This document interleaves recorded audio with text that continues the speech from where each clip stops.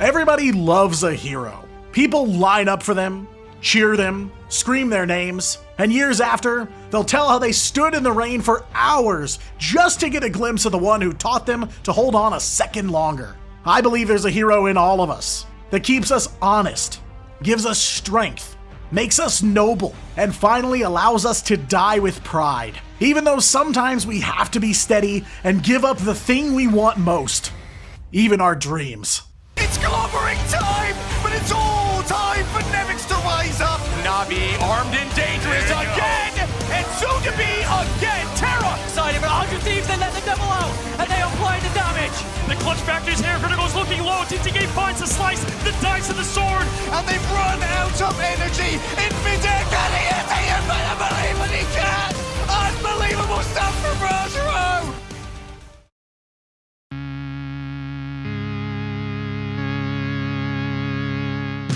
Year 2 of Marvel Rivals Esports has been all about more. More teams, more opportunities, more professional, and more competition. Competition across the board has drastically improved since last year's Grand Finals, making it that much harder for teams to battle their way into the mid-season finals this year. There are an incredibly limited number of slots available, which means that there were some surprises among the teams that were left out in the cold. 48 squads would do battle across 4 regions, all vying to be one of just 10 teams that would be invited to the mid-season finals in California. MRC qualifiers and America's fan favorite team Yeah We Lost were on a roll during the Stage 1 playoffs. They made a statement during round 1 by taking a 3-1 win over one of the OG powerhouses in the Americas, Sentinels. They'd take a beating from the team that would go on to be the #1 seed in AMER, Team Liquid Citadel, and would head down to the lower bracket. They'd keep the run alive and find themselves just 1 win away from a trip to LAN after defeating Stickdrift in 3-0 fashion.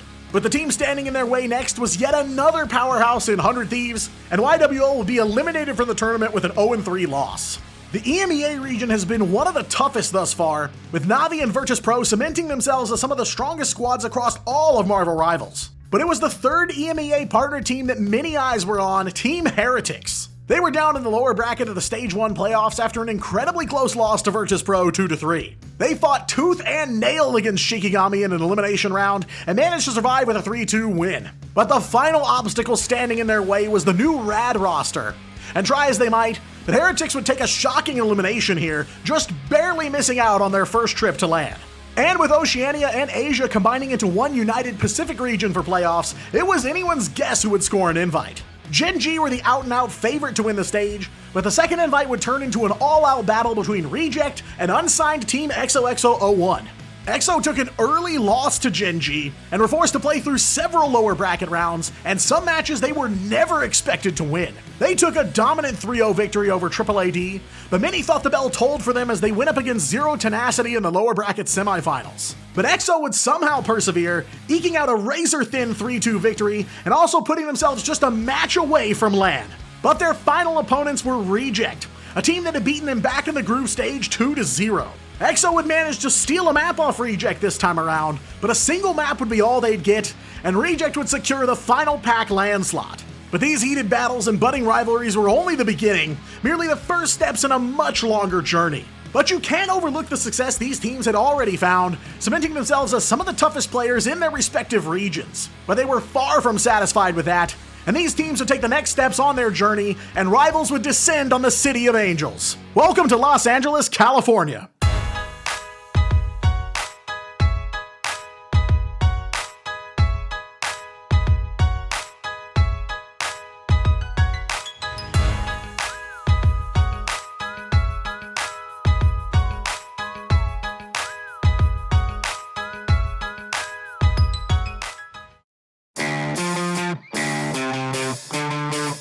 Initially forming back in March of 2025, 100 Thieves, the team formerly known as Mutants, have become one of the most established squads in the Americas region and maybe even the entire world. They were blazing hot in the 2025 Ignite season, placing second in Stage 1, third at the mid-season finals, winning Stage 2, and finally fourth at the Grand Finals. But their performance at the start of the 2026 season surprisingly wasn't as strong. They'd clocked their lowest placement of top 6 during preseason this year, though it would ultimately end up being a brief bump in the road. After being defeated by Swamp Gaming in the Stage 1 lower bracket finals, the Thieves would lock in the 3rd seed in the Americas region and were ready to attend their 3rd LAN tournament in a row. But their road at the midseason finals would be much longer than most other teams, as they'd have to first survive the play-in stage on Wednesday.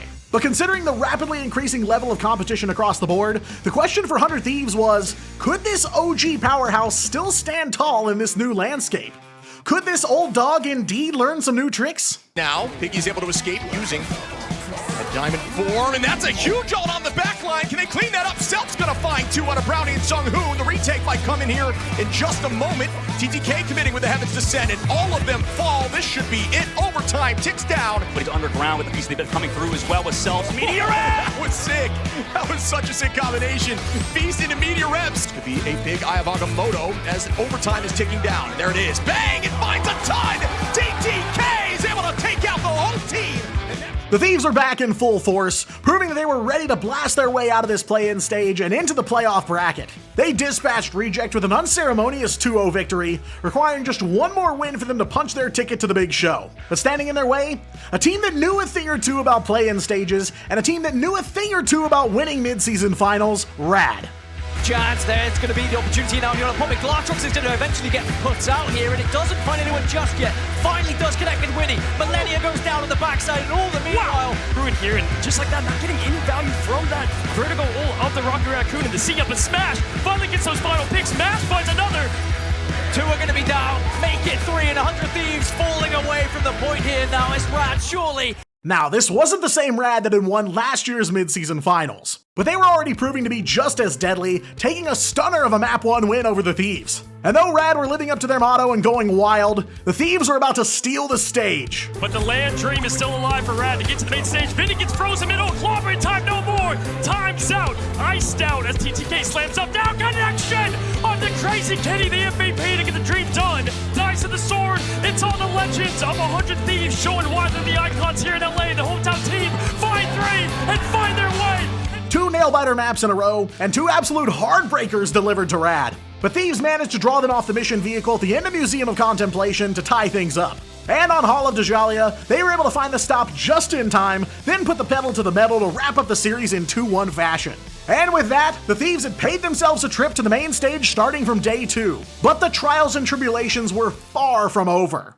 Their first match in the playoff bracket would pit them against one of the tournament favorites and a team at least in the same league as 100 Thieves, if not one of their own, Na'Vi. Na'Vi had put themselves on the map back at MSF last year, taking home the win under the Rad Esports banner. But they found a home under Natus Vincere just before 2025 Stage 2, and have been weaving a tapestry of success ever since. Third place in Stage 2, runners-up at the Grand Finals, and taking first place in both the preseason and Stage 1 of 2026. This team was the definition of an Avengers-level threat. These two teams had last crossed paths at DreamHack Atlanta, where Na'Vi sent 100 Thieves packing with a 3-1 win in the lower bracket semifinals, so Thieves were out for some revenge here.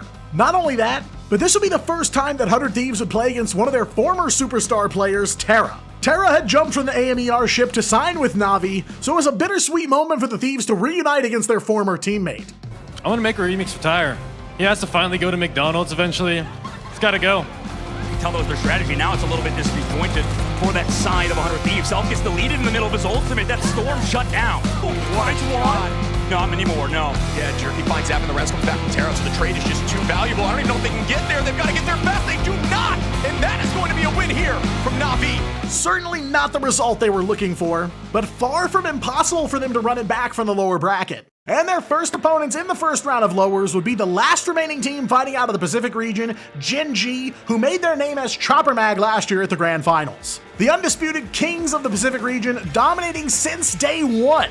But that dominance means they've mostly been unchallenged up to now. 100 Thieves had to battle tooth and nail just to get this far, meaning surely their battle-tested nature would bring them success in this matchup. But as Gen G are wiping Thieves off the board, and round 1 goes to Gen G. An inch away as Gen G take them off the board. It is 2-0 in Gen G's favor, and they are 1 map away. Gen G dominated on domination and rattled the respective cages of 100 Thieves. That left them on the back foot, dropping map 2 as well. This team that had battled their way into LA, gracefully cleared a path for themselves through the play-in stage, were now caught in a tailspin. Not even their Central Park counterpick for map 2 was enough to turn the tide in their favor. Tournament lives on the line with life bars blinking red. 100 Thieves had to dig deep if they had any hopes of staying alive. Thieves would take us to Museum of Contemplation for map number 3, and finally, Psionic Seduction to try and take the backline out as the front line is whittled down bit by bit. And GG, their assault is silent, and 100 Thieves stay alive. a full hold against Gen G was certainly a better look than anything we'd seen from Thieves this series. It felt like they were starting to wake up, starting to come into their own in this matchup, and like the future was bright for the America's third seed squad. But if they wanted to win it, they'd have to win on 2 of Gen G's map picks in a row. And after a strong performance on Domination back in Map 1, the Pacific squad would send the Thieves to Celestial Husk for yet another round of Dom. And Thieves are running out of time. Vaderbox wants us to come out and we'll be seeing Portal for reinforcements too. Kraken impact onto the board to try and reset. But the Apex Predator, the Glassrocks takes them down. And now they just have to delay with TTK. Vinny's coming with the Portal, but they're running out of time, Gaskin, as TTK just runs for their life. Portal comes in, but they can't reach. Gen G take out 100 Thieves. And with that final blow, Gen G cast 100 Thieves out of the tournament with a 3-1 victory overall. That left Thieves with a top 8 finish, their lowest finish on LAN, and their overall lowest tournament placement to date. No doubt a difficult pill to swallow for the team and their hometown crowd fans, but a sign of the times nonetheless. Some of the old guard powerhouses we'd come to expect on top were being overtaken by some very passionate upstarts. But the team that ultimately eliminated 100 Thieves had a lot riding on their shoulders as well. With their Pacific colleagues in Reject being taken out during the play-in stage, Gen G had become the lone wolves fighting for the honor of Oceania and Asia rivals. And with their fortunes looking up after the win over the Thieves, they had become the team that would eventually become Gen G first made a name for themselves at the 2025 Grand Finals LAN tournament, playing as an unsigned squad called Chopper Mag. They had taken over the Oceania region by taking on the gold in Stage 2, and were looking to make the leap to global success on the game's biggest stage. They'd land themselves a top 6 finish, but not before taking an eyebrow-raising win over Dark Zero in the lower bracket, and finding a space in the hearts and minds of the crowd with their passion for the game. After signing with Gen G, they'd go on to exert their supremacy over the newly christened Pacific region, dominating in both the preseason and Stage 1 of this year. In fact, they'd win both tournaments without dropping a single series, and only in the rarest of occasions dropping a map. Combined with their past success and notoriety from the Grand Finals, this put them in a fan-favored position going into this year's mid-season finals. But their very first match of the MSF would serve up what could be their toughest competition so far, as they'd be going toe-to-toe with the defending world champions in Virtus Pro. Not only would they be up against the best in the world, but they were facing another severe setback. They were down a player. Salvation, one of their strategists, was hit with a visa denial ahead of the MSF, preventing him from attending and forcing Gen G to pick up a substitute. This was an issue that had plagued them in the past, affecting their Grand Finals run last year as well, and it was yet again the same song and dance. In Salvation's place, Gen G would welcome Alex from Team Heretics as their fill. The very first matchup of this tournament may very well be the toughest challenge this team has ever faced up to that point. And to have to do it while missing one of the core members of their team? Just like their run at Grand Finals, this first bout seemed to be a foregone conclusion, as Gen G were tasked with taking on the defending Ignite World Champions. Virtus Pro is a name that's been in competitive rivals since the very beginning of Ignite, and dominating for just as long, taking on the top-seeded team from the Pacific region, the only pack team left on the main stage? It was an unenviable position for Gen G, to say the least. But Gen G had risen to the challenge before and silenced the doubters. If they could somehow find a way to lock in and harness every ounce of skill they had, what a statement it would be to win this match. And it was showtime for this young team, an opportunity for them to justify their seat at the table to the entire world. But on the first capture point, the on-paper results seemingly started to be confirmed. With just 24% captured, it was on to point 2 for Gen G. VP yet again took early control, but Gen G were slowly starting to tip the scales in their favor. They'd win a fight, get control of the point, and hold it past 90% before VP were finally able to swing it back their way. But Gen G stuck with it, took control, and even the score on this first map. And they nearly captured the third and final point entirely uncontested, with VP able to hold them at bay in overtime by the skin of their teeth. It would end in a 99-99 overtime showdown, and right now as FMCL and Bobo find 2 more, and it looks like they will take this OT down. I don't believe the touch will come into fruition. That's going to be it here, folks. Wow. They had done it. They had actually done it. The Lone Wolves from the Pacific region had just landed a blow against the current world champions, a massive statement with implications cascading down the entire bracket. Reject may not have survived the play-in stage, but Gen G had more than enough fire for both squads. One map down, one more to go. But very tough here. FMCL falls. They're trying to, so they got to get on the point as they almost forgive, but no, that should do it here. VP hold them before point 3, but will fall as well. This is looking like VP's match to lose when they do close it out and take home this series. Unfortunately, Gen G's Map 1 stunner had merely awoken the Bears from hibernation, and they'd battle back to take a 2-1 reverse sweep over the Pacific Titans. That loss would send them down to the lower bracket, not yet eliminated from the tournament, where they'd cross swords with the Americas Region 3rd seed 100 Thieves. And as we now know, they'd take a triumphant victory 3-1 over one of the OG AMER squads, christening themselves as the Pride of the Pacific, the last bastion of hope for Asia and Oceania. They had taken a map off the EMEA number 2 seed. They had defeated and eliminated the America number 3 seed. And now the climb only steepened as they go head-to-head with the America's number 2 seed, Swamp Gaming. And while the Swamp brand was new to competitive rivals this year, it was simply a case of new mask, same task. At the heart of the team was the squad formerly known as Team Nemesis, or Doom Crew even later, with the additions of other incredibly talented players like Forky Dog and Valentina. They emerged as an immediate threat, taking runner-up finishes in both the 2026 preseason and Stage 1, defeating the likes of 100 Thieves, Sentinels, FlyQuest, and even Team Liquid Citadel at one point. Gen G and Swamp took to the stage for their lower bracket quarterfinals bout, with the teams headed for Burnin' T'Challa for Map 1. And though Gen G would fight hard, Swamp repelled them, taking a 2-0 win on domination to start the series off strong. Gen G were a bit flustered, but were ready to try and turn the tide on Central Park. But they weren't ready for the knockdown drag-out brawl they were in for on Map 2. Gaming, Gen G rise up once again on Central Park and carve through with claws of Eastern Fury. Both teams got their licks in here, but it was Swamp left on the back foot, floored by a rapid-fire Gen G offense that managed to slip past their defenses. But it was time for Swamp to make their first map pick in this series, and they'd take the Pride of Pacific to Spider Islands for the next bout. They also made some adjustments in the ban phase, eliminating Mantis, Loki, Adam Warlock, and Rocket Raccoon. All of the big-name strategists were unavailable to Gen G, narrowing their backline down to just Gambit and Invisible Woman. And Pretty early on in the second checkpoint.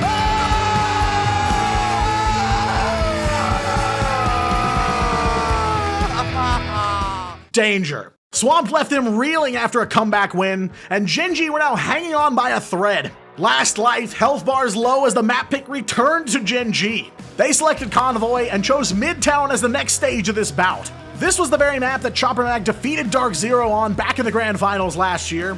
The map that arguably helped put them on the radar of Rivals fans the world over. But could they do it again?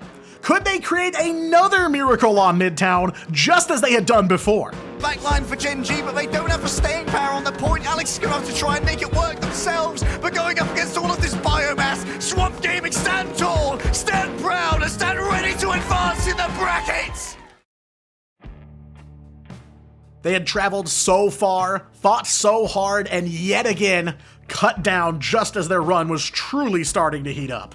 They'd end up with a top 6 finish, their second on LAN, matching their performance at the Grand Finals last year. Perhaps not the finish they were looking for, and certainly ending earlier than their fans and family had hoped, but ever the incredibly honorable team, Gen G were happy that fans were so excited about them and promised to make their return to the world stage before too long. They are really strong. We already try our best. We still lose. Our mid-season story is, and we won't stop. We still wanna chase the champion. Maybe not today. You know what I mean? Maybe not today. Maybe not next month. Maybe not next year. But one day. But on the other side of the lower bracket, another team was battling for their tournament lives, facing potential defeat at the hands of an opponent that were quickly becoming the dark horse of the entire tournament. It was the new Rad roster, battling it out with the defending world champions, Virtus Pro. After escaping defeat in the upper bracket quarterfinals against Gen G, the defending world champs Virtus.pro had righted the ship and were sailing for more familiar seas in the semifinals. They'd be squaring off with their EMEA rivals, the team formerly known as Rad, and the 2025 mid-season finals champions, Na'Vi. These two teams have a storied history in Marvel Rivals, with more clashes in their background than Reed Richards and Victor Von Doom. Leading up to the mid-season finals, these two had tangled 4 times, and this year, in every single instance, Na'Vi got the better of them. And we'd get the next chapter of that rivalry in those upper bracket quarterfinals, with the matchup kicking off on Krakoa for domination. And they'd cross swords from the very first capture point, with the scrap ending in a double 99 overtime showdown. It would be short-lived though, with VP exercising some serious trigger discipline, waiting on the perfect opportunity to strike and jump out ahead. The Thing-Penny combination seemed to be working in VP's favor, but Na'Vi had plenty left to say on this first map. They'd bring some good old front to back to fight back, forcing VP off their first key combo and taking the second point to tie it up. But Na'Vi absolutely locked in their comp for point 3, going 0 to 100 clean to steal Krakoa. It hadn't been the cleanest performance from VP, in this match or their previous game against Gen G. They seemed to struggle to find a winning combination, and they were quickly running out of ground to stand on as Na'Vi now stood on match point. We'd take to a Rocco for the second round, with VP taking the attack first. They'd get ground to a halt ahead of checkpoint 2, unable to breach Na'Vi's defenses and get that all-important time refresh, leaving the door to victory wide open for Na'Vi. And seeing as they only needed 2 checkpoints to close out the match, this is one-sided with 3 minutes to go. There's no portal here, Shib, and Na'Vi look like they're going to close out on VP in the upper bracket to cement themselves in the upper bracket finals. 2-0, Na'Vi. Clinical here by Na'Vi. And yet again, Na'Vi had edged out Virtus.pro, sending them down to the lower brackets surprisingly early. It just wasn't at all what we were expecting to see from the defending champs in this tournament, but it's yet another testament to just how stiff the competition was becoming, especially as far as Na'Vi were concerned. That left VP with no choice but to carry on through the lower bracket, one filled with some fairly powerful foes like Swamp, Gen G, and of course, Rad, the team VP were pitted against in their first lower bracket match. It would be a showdown of the old guard and the new blood, with VP representing the early days of competitive rivals, and Rad still building their chemistry as a team. Not only that, but this was a revenge match for VP, who had been defeated by Rad all the way back in the preseason, a shocking 2-3 loss. VP would get another shot at Krakoa to kick off this series, but it seemed like they weren't at peak performance in this one either. Rad nearly snagged the first capture point out from under them, though VP were eventually able to lock it down after another double 99 overtime. It again initially seemed like Rad might start running away with point 2, again forcing a 99-99 showdown, but VP would clutch up again and close out Krakoa 2-0. Though it was a 2-0, it was a surprisingly close game, leaving us wondering if this was as open and shut of a game as it should have been. Spider Islands was up next, but something was obviously different off the rip. Rad were going wild. Themselves in previously, and they are gonna have even more when it comes to the healing. In comes the fate of both worlds, out goes the glass rocks on both the duelists. It's unbelievable stuff. And Nemex's plan that they tried to lay down is just going to wilt under the wheel of Rad, taking the lead in the series. Rad came back to snatch a big win on their own map, then confidently stepped into VP's Hollow de Jalia counterpick to pick up a second map. With their opponents up 2-1, Virtus.pro were left with no choice but to peer over the edge of the cliff, their last tournament life starting to slip between their fingers. It was a position you'd rarely see the world champions in, as they seemed to pull through in almost every high-stakes situation they found themselves in. But they were on the brink and looked to turn things around on Celestial Husk. But Rad? Goes got down, side bay 2! Oh, Virtus.pro! I will show you an odyssey! I will show you a victory! It was written in the Virtus.pros as Rad trend above! And Virtus.pro was slain!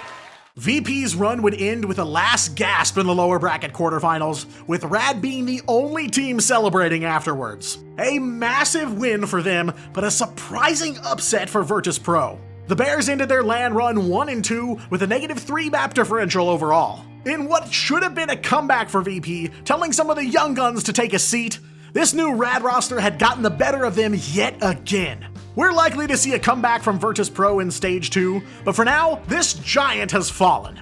And Rad, the victors of this matchup? With this win, they had cemented themselves as Rad's journey to the midseason finals didn't start in Stage 1. It didn't even start during the preseason. No, Rad's journey to LA began all the way back in Season 6 of the Marvel Rivals Championship, the last boat to ignite. The team formed ahead of that tournament back in February and shot their shot during Season 6. This was the last opportunity for teams to qualify directly into Ignite, and Rad would end up winning the tournament, cementing their spot in the 2026 Pro League season. But the leap from MRC to Ignite can be a big one for teams, but by raising this new Rad roster from the ashes of former Ignite teams like Chopped and Final Dance, they had a hit on their hands. They'd slowly improve from a top 4 finish in the preseason to a top 3 spot in Stage 1, absolutely shocking the system by denying partner org Team Heretics a trip to MSF. Their 2026 run echoed that of Rad's performance in last year's midseason finals, though it was an entirely different roster and basically a different org from top to bottom. They carved a path through the play-in stage, beating Iconics and sending Reject home to climb to the main stage. They draw Team Liquid Citadel as their first opponents in the playoff bracket, facing off with one of the tournament favorites right away. But Rad would turn heads by managing to take a map off TLC, forcing the #1 team from the Americas to play out the full best of 3. But TLC would eventually flex their might on map 3, winning a 3-0 Yggdrasil path to send Rad on down to lowers. Playing in the lower bracket from the very first round can be tough on any team's mental. But Rad weren't just any team. All their early loss did was fire them up, and they'd go on a war path, fearlessly eliminating any team that dared to cross them. It was no mercy for Chinese squad OUG, as Rad would dish out a 3-0 win over them to take their first match in lowers. We already know how their match with VP went, sending a message to the whole of midseason finals that they were here to win with a 3-1 victory over the previous champs. But now, they'd face an even tougher challenge as they waded into the swamp next. Sure, Rad had beaten a couple teams in the play-ins, and sure, they had somehow managed to take down the Bears in their last match. But VP weren't at their peak in this tournament. Swamp had bigger fish to fry, and surely this would be the death knell for Rad's insane lower bracket run up to now. And it's full control for Rad. It's full control, it's probably the round, it's most likely the map at this point. Daze is going to try his best to stall, but no one is going to be there. Overtime takes over. Rad take the first map here in the losers semis. Rad took map #1. It wasn't flawless, as Swamp would push Celestial Husk all the way to its third and final point, but Rad had left a crack in Swamp's armor, at least proving this would be a series and not a steamroll. Swamp would opt for a trip to Spider Islands for map #2, and they'd put some emphasis on Rad's Vanguard line in the second ban draft. Swamp were on the attack first, coming out the gate swinging, but with one of their front line down, how long can they hold? They don't have Adam. They don't have Boundary. Second Boundary comes up just in time. Omega Hurricane and the final judgment is just too much damage, though. Who could stand up to that? And who could stand up to Rad? this wasn't just Rad squeaking out a win with a razor-thin margin. They held Swamp short of checkpoint 1 and took the map win with 1:30 still on the clock after switching sides. Swamp Gaming found themselves outmatched on their own map pick nonetheless. This series wasn't over, but time was running out for Swamp. They were seeing their tournament lives flash before their eyes, and all at the hands of Rad. With their backs against the wall, Swamp would move us to Symbiotic Surface for map 3, but Rad would really look to lock down Daze with their draft, trying to put a wrench in the gears of Swamp's duelist line. So many as well, as Ducky gets removed. They're going on in, setting the trap to see if they can pick someone off outside the spawn. Lots of damage onto the back line. Daze takes Lugia, Belaphobia gets Vertigo, and they make sure to put an exclamation mark on it with the Raging Royal Flush. Swamp were off to an explosive start, clearing the map and leaving themselves a full minute 30 seconds in the time bank. This was by far the best position they'd found themselves in during this series, and all they needed to do to turn things around was hold Rad. And they had a whole map to do it. Them up with no cocoon. This could be the opportunity for Rad. Swamp Gaming, they've got a touch. Scanning Genji is all that's left on the point, and Rad might be able to even this up and go to overtime. What a final push! Rad struck back. Fighting through some insane overtime battles, Rad were unintimidated by Swamp's initial map clear. We were headed for extra innings, but it'd be advantage Swamp, as Rad would only have 60 seconds to stake their claim another time around. And though Swamp would grit their teeth and dig in here, Rad would not yield. Portal comes on in because they have to keep this contention going. Swamp Gaming throwing bodies at the point. Their lifeline is that little yellow bar at the top of the screen. Grassback falls. There's no revive. So it's all about Rad seeing if they can finish off the frontline members onto that point. Go kick from Ducky to isolate it. But Crazy Kitty is doing so much work for the finishing blow. Belaphobia falls. Valentina Eve falls. Swamp falls.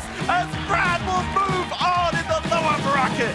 The unthinkable made reality. It had been the run of a lifetime so far for Rad. They had battled their way through the MRC, through Stage 1, through the play-in stage, annihilated OUG, slain Virtus Pro, and now they further their giant killer resume by felling Swamp as well. They had been building credibility as a threat throughout this entire tournament. And that momentum had carried them all the way to the lower bracket finals, just one rung of the ladder away from competing in the grand finals on their first ever international LAN. But there was still one major foe standing in their way. One giant that wouldn't go down without a fight.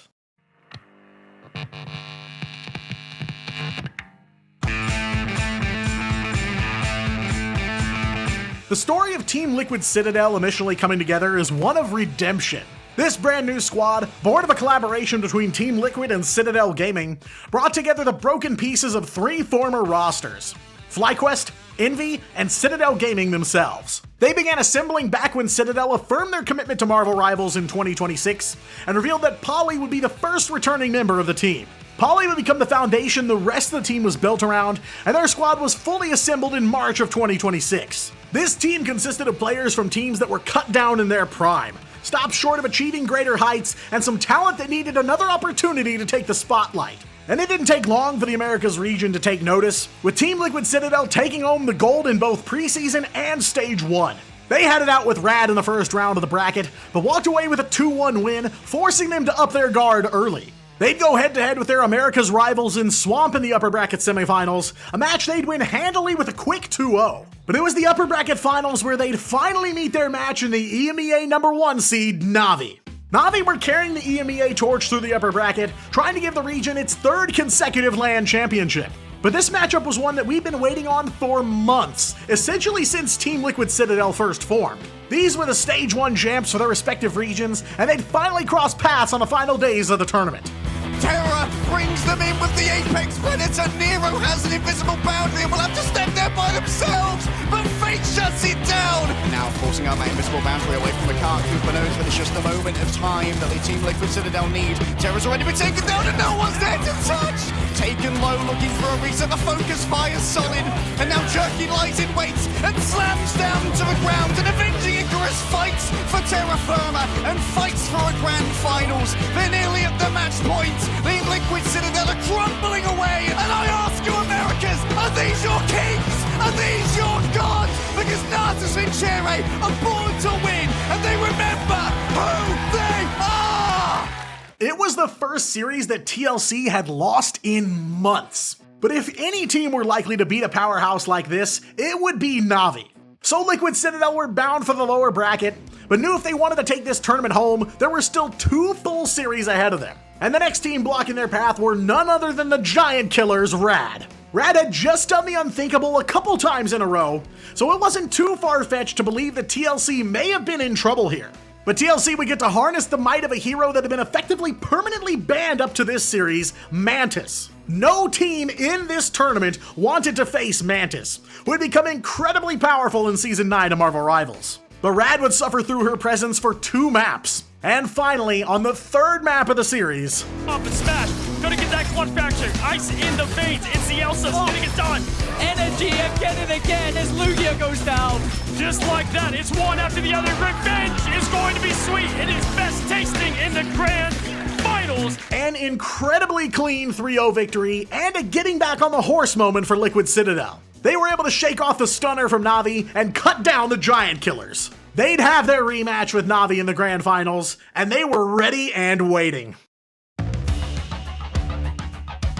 If you've watched competitive Marvel Rivals for any length of time, it's likely you've heard Na'Vi's origin story. They were Rad's roster this time last year at the mid-season finals, and they'd complete the Cinderella story by defeating Envy in the grand finals of that tournament. They were the team that kicked off EMEA's dominant streak on LAN, and would go on to be signed by Natus Vincere, better known as Na'Vi. But the next chapter of the Na'Vi tale will be written back in December of 2025, when they'd announced the arrival of a new secret weapon.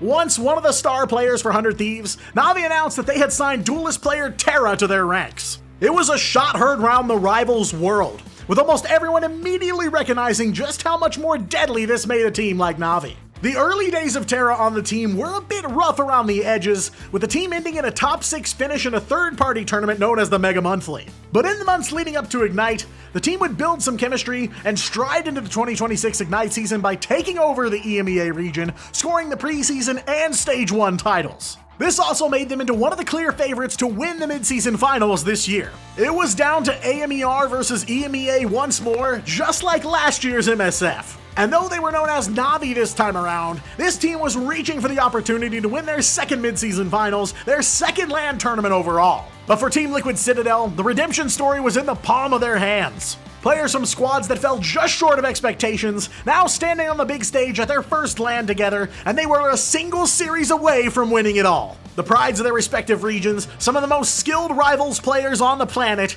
and their paths crossed once more here in Los Angeles at the very end of the bracket. The gloves are ready to come off, and the players are ready to let loose. It was time to ignite the battle. Stalling the point, but not for long as Vest falls. Now the Vanguard line is dwindling. No ults available. OT ticking down, and this could be it. The touch, but not for long. Goodbye. That's going to be map 1 Na'Vi. On to level 1, Crook the point is getting cleared. Energy onto Terra, trust me, at 2 HP in a dream, but that dream is a nightmare as they retake the point. Folks, buckle your seatbelts, LA and viewers at home. This is going to be a long flight. No days of future pass here. Right now, TLC looking strong no matter how many X-Men show up to the fight in the battle. Up in the air, Speedery looking for the age. Energy with the hit, and the puck from Nero combined is going to take down Trust Me. Both portals out. Magic, desperation at play. What a hold from Team Liquid Citadel. Though Na'Vi had landed the first blow, it had only served to enrage TLC. Liquid Citadel would shut out Na'Vi for 2 maps straight, preventing them from scoring any objectives. It was an impressive feat, considering this was the 3rd series they had played today, and it seemed as though they could indeed do this all day. But Na'Vi clearly weren't interested in throwing in the towel so easily, and would counterpick to Araco for map 4. Liquid Citadel would get some licks in here as well, but... Oh, what a retake by Na'Vi, who are trying to shut this down. Speedery falls, and that's going to be Na'Vi with the map win. Are you joking me? Are you not entertained?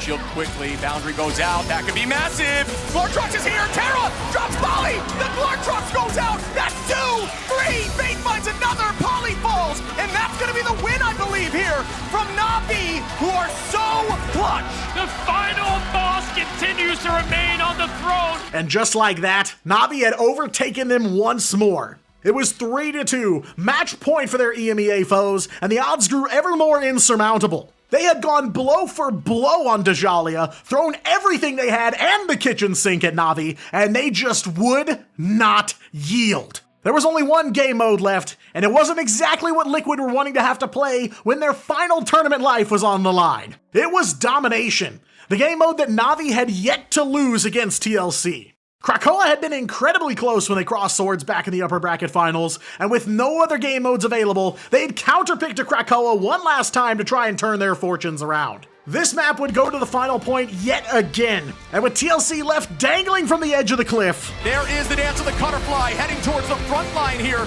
Nobody falls, the kiting has begun. Fate's in a tough spot, Best trying to get the pick on a Terra, who does, throwing a bus at his feet and gets that KO. Here's gonna be the meteor ram and tries it up the sky, misses that. Oh, what a shield there, I believe. He's just using that to their advantage. Raj still able to take out Cooper, and that might will be the detriment here of the side of Team Liquid Citadel. 95% and climbing. Can they get here? I don't believe they can. Are you kidding? The OT ticks down. They're trying to stay on point. They came from Europe with a dream. They leave Los Angeles. There's gonna be the portal. It's coming in. No way. Are you joking? They leave with the trophy. Born to win. They have fulfilled the prophecy. Na'Vi would cast them into the churning waters below. Sparks flew, players leapt from their chairs, and the celebrations began almost immediately as Na'Vi had managed to do it again. and give Jerky and Terra their first LAN championships in Marvel Rivals. They faced trials in every single series, having to best 100 Thieves, Virtus Pro, and Team Liquid Citadel twice, but they had risen to every occasion. They ended MSF with a 4-0 record overall, dropping only 3 of the 12 maps they played throughout. And for Terra, the secret weapon that Navi had acquired earlier in the year, the new star player that helped bring them to the pinnacle of LAN yet again? I think, people, we might know who this MVP is. Is it somebody that traveled far?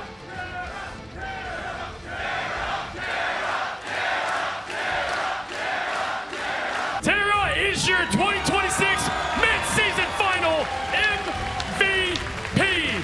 From the 70 elimination bomb to the 40 final hits to the dedication to go to this team, to believe Terra. But believe it or not, even after all this, it's still just the first half of the 2026 Ignite season. The qualifier tournament for Stage 2 has already been completed, so we'll see some new blood being injected into the ecosystem. And who knows what the landscape will look like ahead of the next LAN, as there's still several patches, several new metas, and several matches ahead. So hang tight over the next few weeks, because the battle is far from over. I've been Diatonic, you've been amazing, and I'll see you in-game. What do we have in store? From experience, John definitely bites. Oh, there's hello, different. Take through time walls. You're having the milk. That's having the damn milk, Cozy. Somebody. Okay, this is. Why do you keep banning Adam? Don't we want to see perfection? All you have to do is press the F key. Second chance is over. Peace. J3 is bald. J3 is bald. Yeah, a wonderful sign. J3 and factual. Yes.